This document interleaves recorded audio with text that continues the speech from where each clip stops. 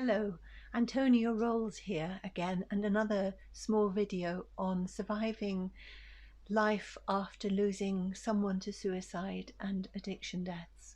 I lost both my sons to suicide and addiction, and this landscape that I and many of us walk is very uncharted and unknown territory for us.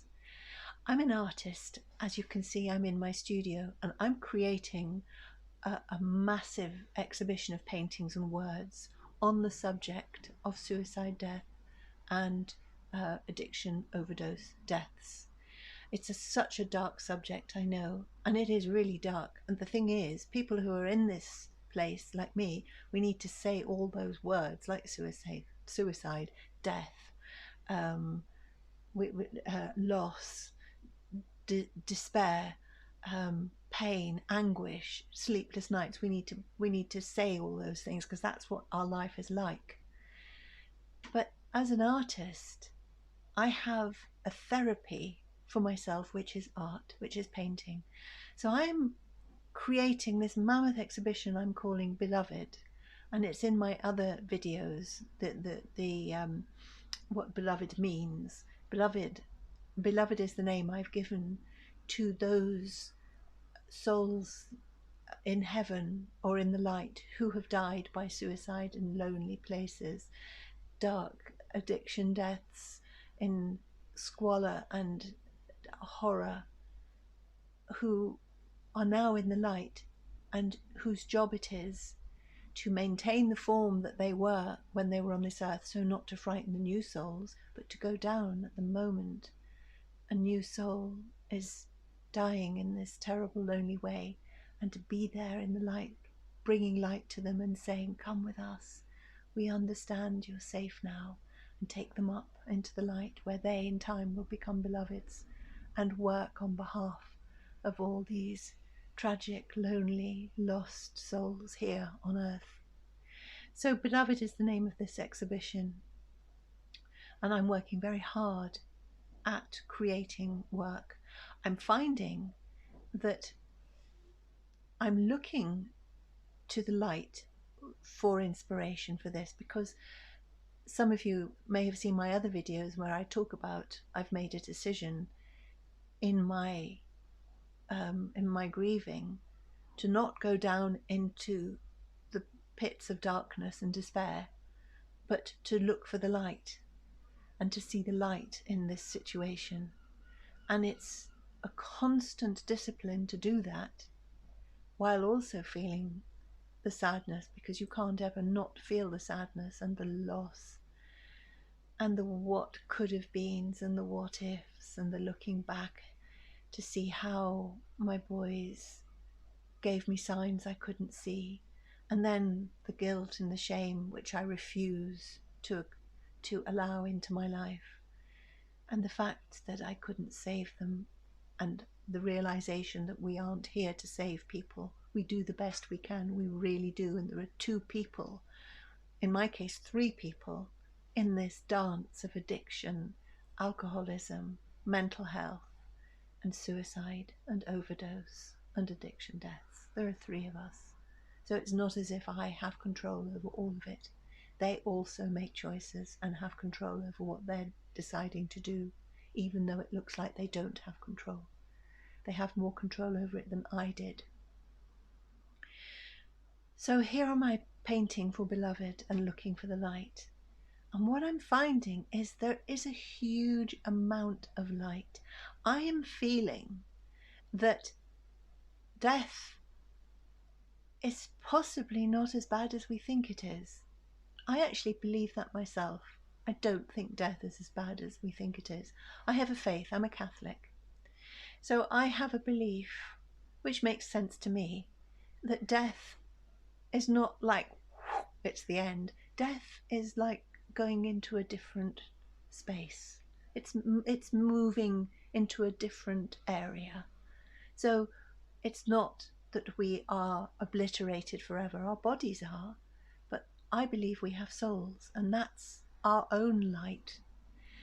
And our souls go on, And there is an enormous amount of beauty and light and time to recover after we die.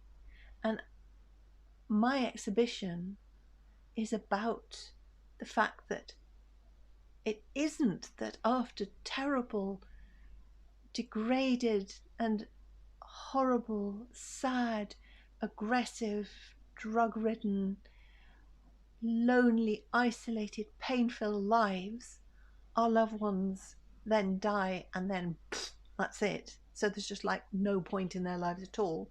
Like what is the point of even breathing if that's the case? My belief is that when our loved ones die like this, that's the end of this time for them. That suffering is gone forever. I say that the darkness, which I believe is all over this world and always has been, the darkness got their body and their mind, but it didn't get their souls. And their souls are now free of all this pain and this heaviness. And I like to think that my two boys are in the greatest rehab ever, with 100% success rate in the light with their beloveds. So I think that my son Kostya, who died when he was 29, and he died on his own on his sofa in squalor and misery and drugs and alcohol and pain and illness, and I found him a day later. That's gone. The moment he died, his beloveds had come to take him. So he's in a great place. It's me that has to work out, what do I make of this, and get past it. And I'm painting that kind of thing. My other son, Dmitri, who died last year, age 27, he hanged himself. And I found him. And he wasn't quite dead when I found him. And I held him as he died, because I cut him down. He shot off, in my opinion, into the light, and I'm left with him here and my life to make sense of this. And it's my belief that death to us is a terrible thing because we haven't done it yet. But for the people who have gone, it isn't terrible, it's actually beautiful. It's such a relief. And for people like me and people who are in my position, it brings consolation and comfort to think that there is not a continuing of all this suffering after our loved ones die. There is an end to it. There is an end to their suffering. So the paintings I'm doing are quite big. I'm surprised. I've just got 2 large panels of wood. They're 5 foot by 3 foot, and I'm painting those panels that big. One of the panels I'm painting is about 6 foot by 5. So I'm going to have to hire a van to get them to the exhibition. Anyhow, this exhibition called Beloved, I've got a GoFundMe page for it. I would love you to donate to help me put this exhibition on. It's in Brighton, and I'll put all the details below. It's in Brighton in May, and then it goes to the Edinburgh Festival for 2 weeks in August. Last year, my other exhibition, Addicts and Those Who Love Them, behind every addict is someone traumatized by loving them, got a 5-star review from the Edinburgh Festival. So I'm no lightweight. I know what I'm doing, and my work is all free. I never charge for anything I do because everybody has to have access to anything that I'm doing, because life,